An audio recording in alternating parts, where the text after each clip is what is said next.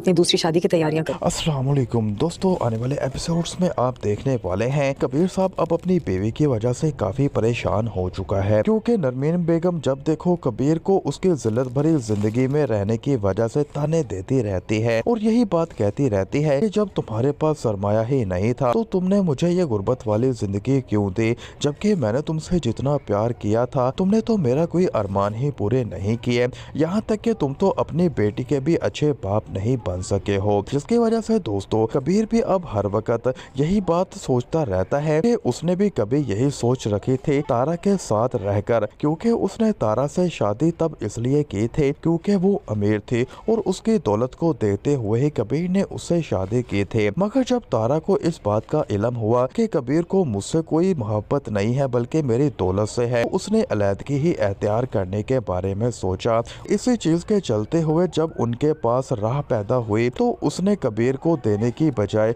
उसे अपने बाप को ही दे दिया और खुद सबकी जिंदगी से सबसे दूर जा मिली। जबकि दोस्तों फिलहाल राह को अपने नाना से सच्चाई सुनने के बाद भी अब यही लग रहा है कि घर वाले अब भी उसे कुछ ना कुछ छिपा रहे हैं और पूरी बात नहीं बता रहे। बात कुछ और है, इसीलिए वो सच्चाई किसी न किसी से पूछती रहती है मगर कोई भी उसे कुछ नहीं बता पाता। मगर दोस्तों सच कोई भी बताने वाला उसे तब तक नहीं है। जबकि दोस्तों दूसरी तरफ आसिया बी की बेटी अपनी माँ के पास जाती है और कहती है मामा आप राह को परेशान करना छोड़ दें, वो एक छोटी बच्ची है, आखिर उसने आपका क्या बिगाड़ा है। वो आपको अपनी माँ की नज़रों से देखती है और आप हर वक्त उसे बुरा भला कहती रहती हैं। जिस पर आसिया बीबी कहती है कि तुम अदील के बाप की बातों में ना आओ क्योंकि तारा की कोई भी बेटी नहीं थी है। असल बात तो यह है कि राह का ना तो कोई वजूद है और ना ही उसका हमसे कोई खूनी रिश्ता है